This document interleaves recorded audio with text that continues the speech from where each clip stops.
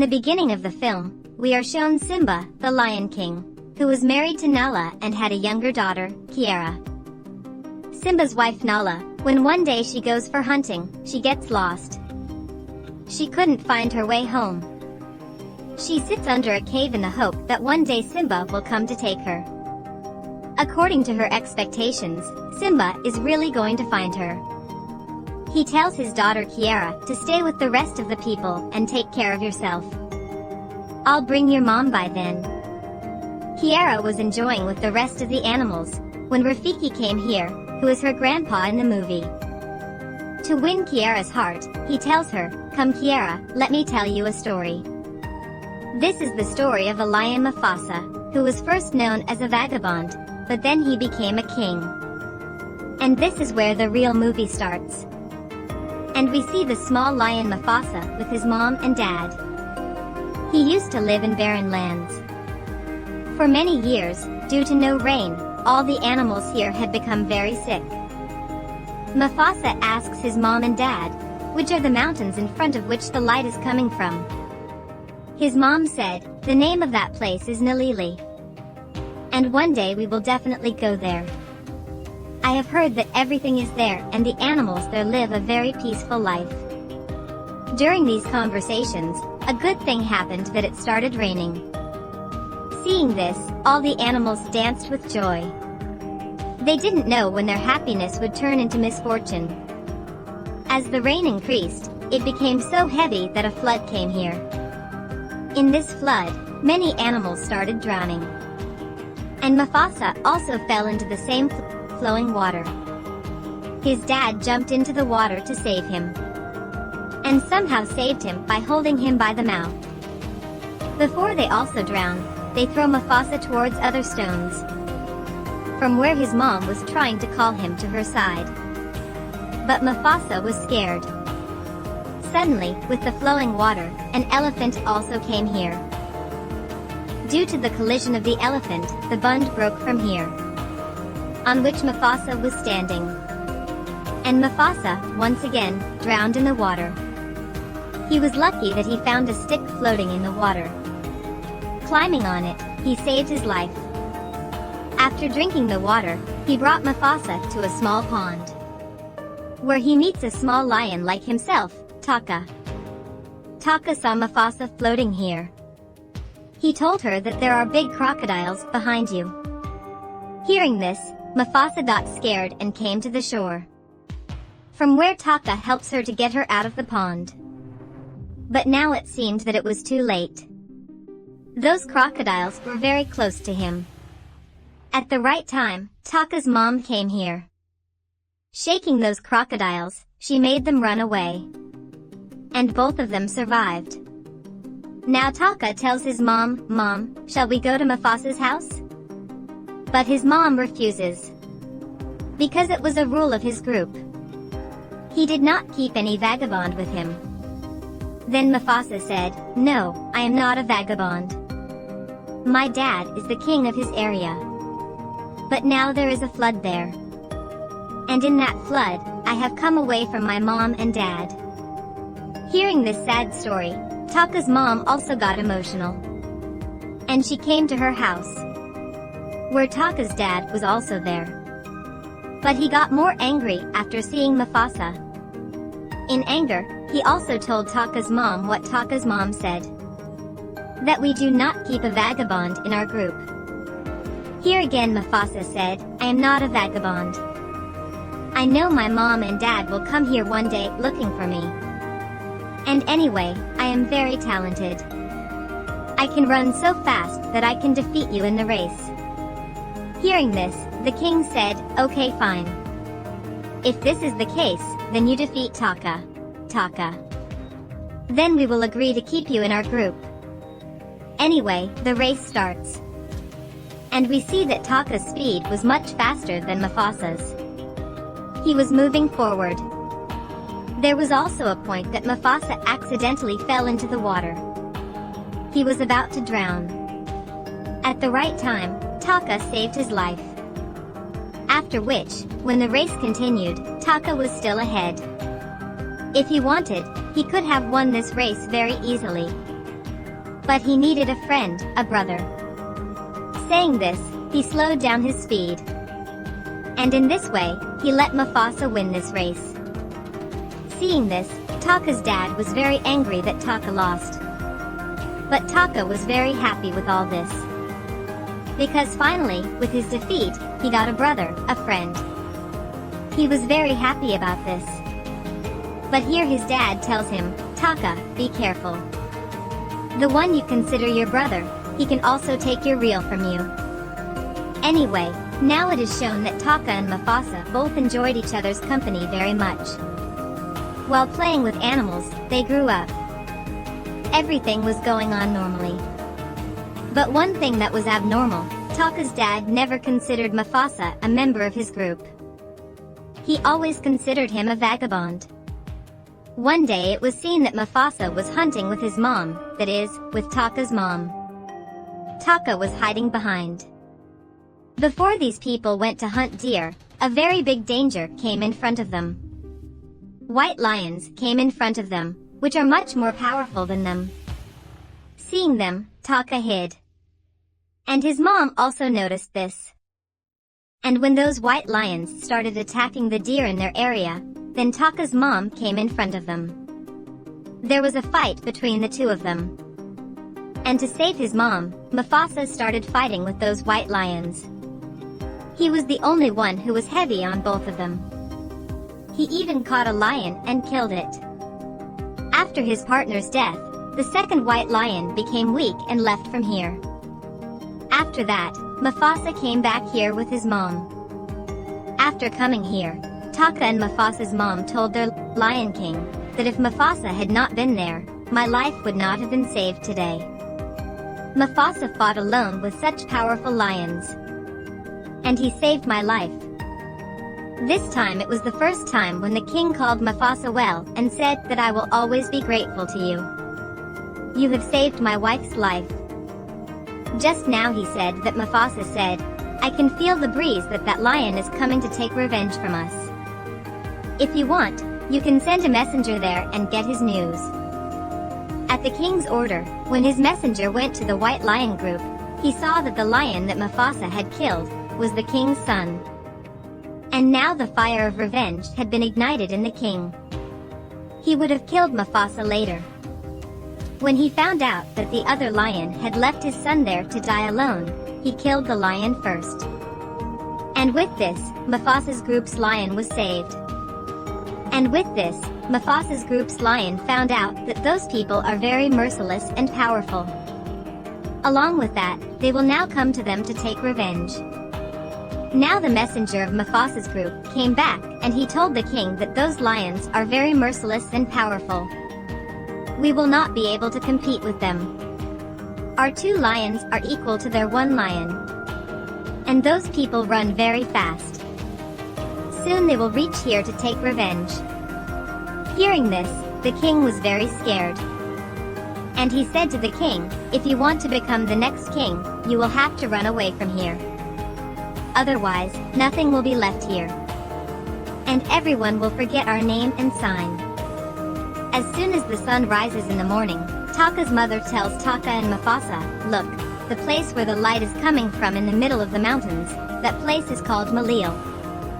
You have to go there and stay there until the danger of this place goes away. So that when the right time comes, you can take care of your kingdom again.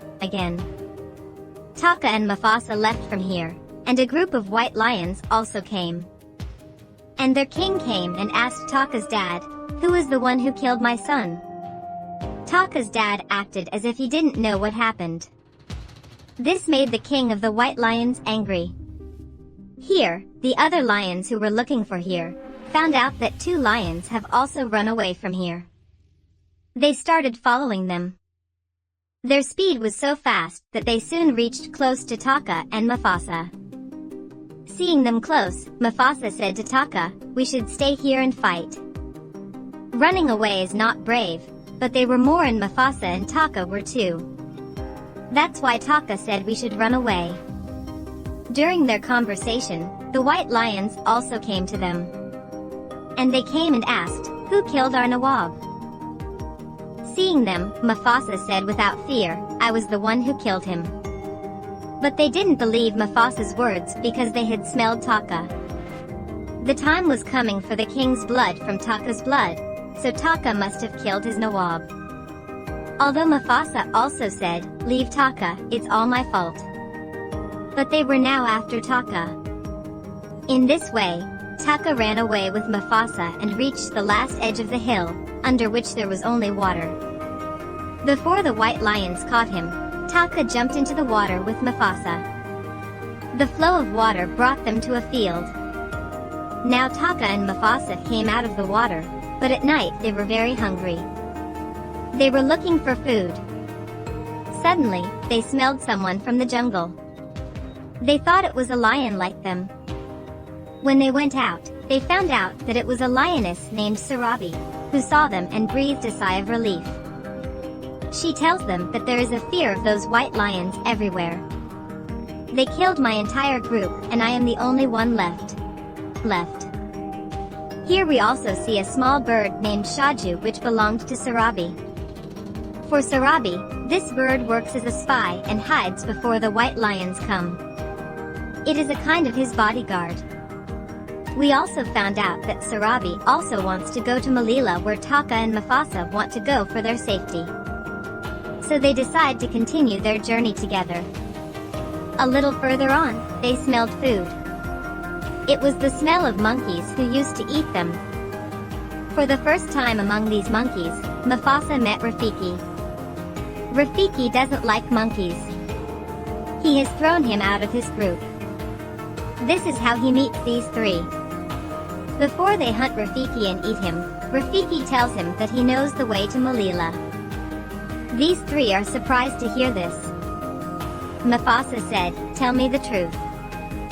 Rafiki said, "Yes, I used to live there, but now I am going to Malila because my brother lives there." The brother thing was a lie, but yes, he knew the way to Malila. These people leave him for food and include him in their group so that he can easily reach Malila.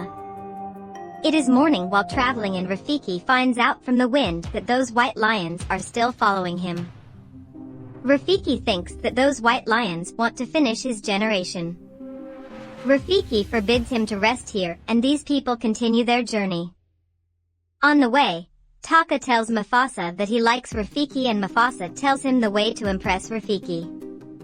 Mufasa says that she smelled rose petals from Rafiki's body. Mufasa says that girls love to hear these things. According to Mufasa, Taka did the same and Rafiki was impressed by Taka. Anyway, there was a herd of elephants in front of Rafiki and a lot of white lions were very close to Rafiki. Actually, the white lions were so close to Rafiki that Rafiki jumped over them and crossed the mountain. Rafiki was able to cross the mountain safely. To escape from the white lions, Rafiki had to do something. Rafiki climbed on a tree, and tore the roof of the honey bees. The bees made the elephants suffer.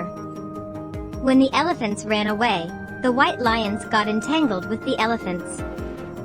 Rafiki couldn't get back to the tree. Rafiki fell into the herd of elephants. Before the elephants could save Rafiki, Mufasa came close and saved Rafiki. The herd of elephants was running on the mountains and because of their fast running, the walls of the mountains started breaking. The way was closed so that the white lions could come near them. The white lions were in danger, but now Sarabi was also unconscious. Rafiki came to Sarabi and brought him to his senses by massaging his neck. As soon as Sarabi woke up, she asked, "Who saved my life?" Immediately, Mufasa lied that Taka saved your life. Mufasa was very proud of him. Mufasa was very brave and had a big heart. He was like a shield for his brother. They continued their journey and reached near the snowy mountains. After crossing the snowy mountains, they reached Malila. The white lions were walking ahead, but the problem was that their footprints were missing. Mufasa requested Sarabi's bird Shaju to remove the snow from under his feet so that the footprints could be removed. Mufasa's idea worked very well. When the white lions reached here, they couldn't find any footprints. Mufasa was impressed by Sarabi's idea. Sarabi realized that Mufasa was the one who risked her life to save Sarabi's life. Sarabi realized that Mufasa had sensed the scent of flowers coming from Sarabi's body. Sarabi was attracted to Mufasa. Mufasa tried to convince Sarabi that it was Taka who did all this. Taka got jealous and thought that Mufasa was betraying him. Sarabi remembered what her father had said, that Mufasa would take everything from Sarabi. In his anger, Taka went to the white lions and asked them if they knew who killed Mufasa. Sarabi said that Mufasa killed Mufasa and that she would help in catching Mufasa because she would take revenge on Mufasa. Taka said that he would follow the footprints of Sarabi to find Mufasa and kill her. In the darkness, Mufasa didn't know that Taka had saved Sarabi's life.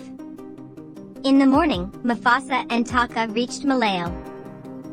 Mufasa was very happy to see this place because she always used to ask her mom about this place and she wished that she would come here with her family. Mufasa noticed that all the animals were living here peacefully. There was no fight between Mufasa and Sarabi was scared of Mufasa. Mufasa was very worried about the white lion who was chasing Mufasa, and he didn't know that his brother Taka was behind all this. Mufasa was fighting with Mufasa and Mufasa pushed Mufasa away, and then Taka came and told Mufasa that Taka is the one who brought the white lion to Mufasa. Mufasa was very sad, and in this situation, the white lion threw Mufasa from the mountain.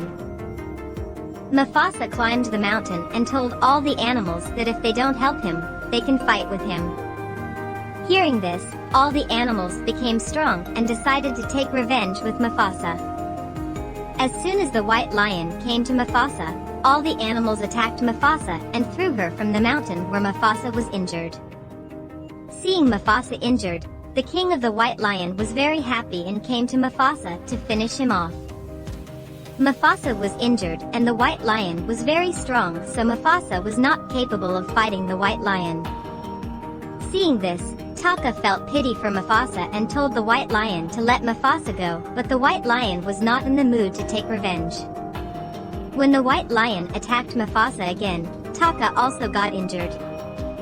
Mufasa and Taka had to fight together to fight the white lion. During their fight, we can see that there was a huge earthquake and the mountain was broken. Mufasa, Taka and the white lion were fighting and they fell into the water. Mufasa saw that a huge rock was coming towards them and she pushed the white lion under the rock. In a few seconds, the rock fell on the white lion and the white lion died. Mufasa and Taka defeated the white lion with their bravery. Seeing this, all the white lions ran away. Seeing Mufasa's bravery, everyone in Malayali made Mufasa the new king. Everyone was talking about Mufasa, and after hearing her name, everyone came to meet Mufasa. She was Mufasa's mom who could not recognize Mufasa, but she recognized Mufasa. Both of them were happy and emotional because Mufasa found out that her dad was killed. After meeting her mom, Taka came to Mufasa. When Taka was apologizing to Mufasa, all the animals started shouting that don't forgive him. He is a traitor. He brought the white lion here. Mufasa scolded everyone and said that this is my order and Taka will stay with me. Seeing Mufasa's bravery, Taka felt more guilt. He told Mufasa not to remember him again and he went to the mountains.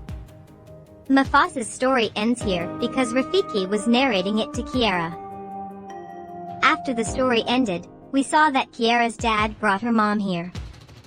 Kiara found out that Kiara has a brother. Seeing everyone happy, the story ends here.